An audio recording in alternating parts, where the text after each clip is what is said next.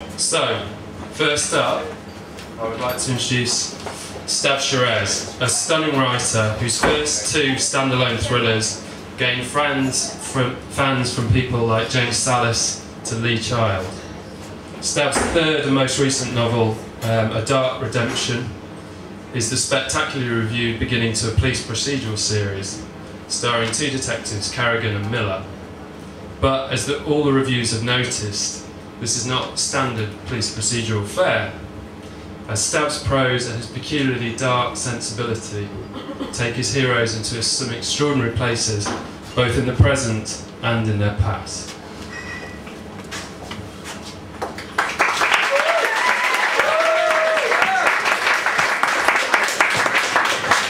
Well, thank you, Angus, and thank you for doing this splendid night, and thank you all for coming. I'm going to read an edited version of the prologue from A Dark Redemption, kind of 7-inch remix. The book is contemporary, it's set in London. The main character, Jack Carrigan, is a detective. This is what happened to him 20 years ago. Back then. They came more often now, the headaches. Raging storms within his skull, crippling pain, flashes of light. There was nothing to do but shut his eyes and lie back, let the pain and visions take over. Memories and flashbacks trailed the headaches. Jack would close his eyes and see blue sky, green jungle, red road. He would try to watch the trees outside his window divesting themselves of leaves, the slow spinning fall of September, but instead he saw the leaves of the jungle, leaves so big you could sit inside them and be wholly encased, leaves which vibrated and twitched and reacted to your presence as if living things.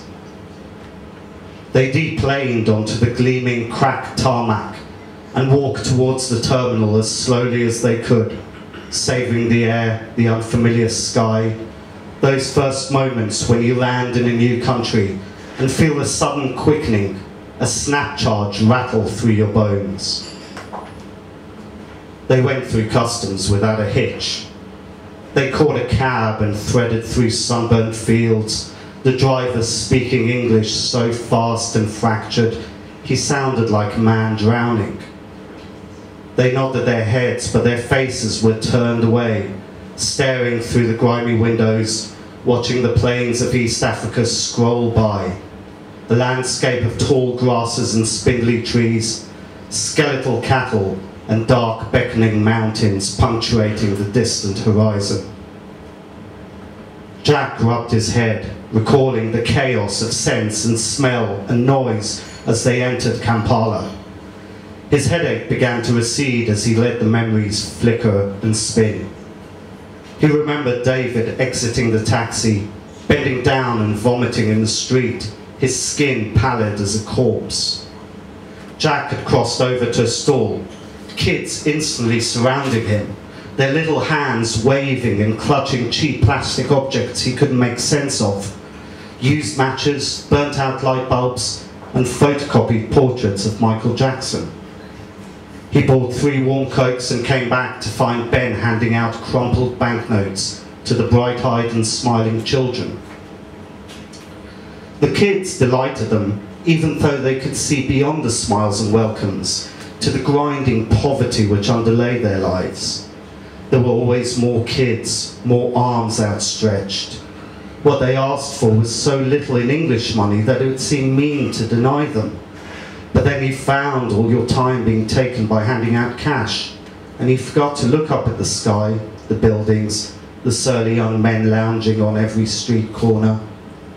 They all went through it once, tears, jags of self-pity, wanting desperately to go home. Even Ben, who travelled almost everywhere by the time he'd got to university.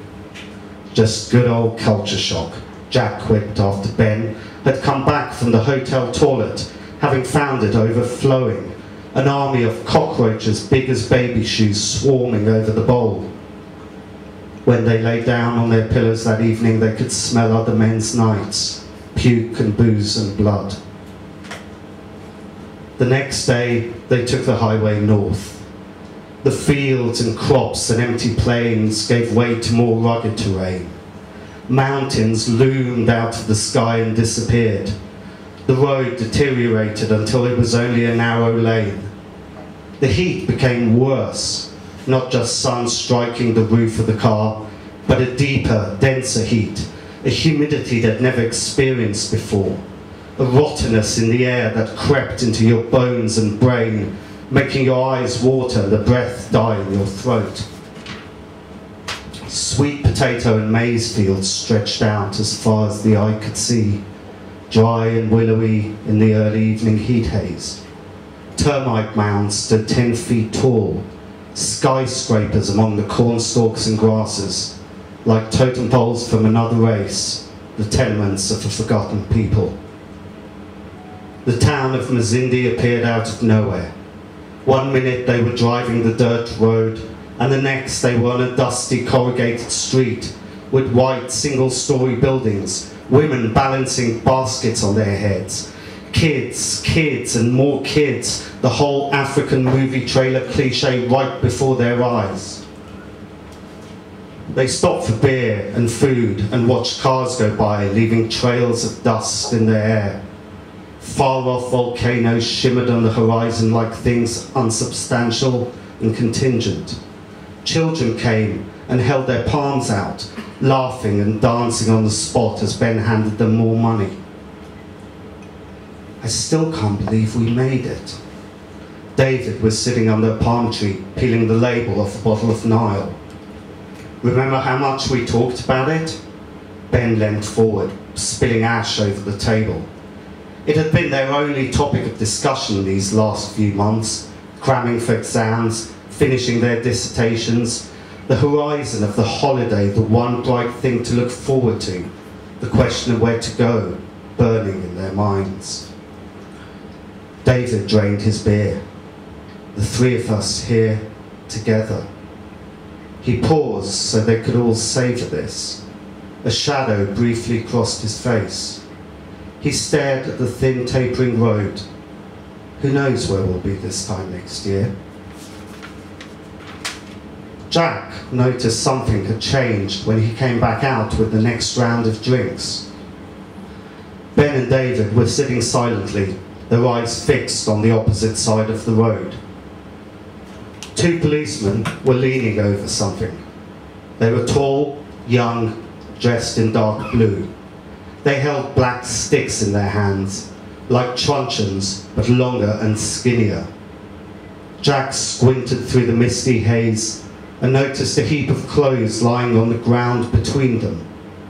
He watched as the heap began to move, gradually revealing a face, eyes, hair. The soldiers swung in long, deliberate arcs. The crunch of truncheon against bone echoed all the way across to where they sat, a thick, heavy stutter splitting the air. No. Ben grabbed David the moment he stood up, held him firmly by the arm. It's not our business. David swayed and shuddered in his grip. The soldiers had regained their momentum and were swinging on the man as if breaking rocks. David pulled away. They're going to kill him, he said, his voice pale and pinched. Of course it's our business. David, please. A thin line of sweat broke out on Ben's forehead, and his voice caught in the sticky air. Jack sat and watched the soldiers beat the man. His legs felt like they were on fire, as though the only thing that would make them better would be to get up, cross the road, and stop this awful thing. But he couldn't move. With every blow, he felt something inside him rip. He gripped the rough, splintered edges of the chair until he felt a warm trickle of blood covering his fingers. And then he got up. Don't, Ben said. What the fuck do you think will happen to us if we interfere? Jack looked at David, saw his own thoughts and fears wheeling through his friend's eyes, the space between them, the time it would take to cross the road. Jesus Christ.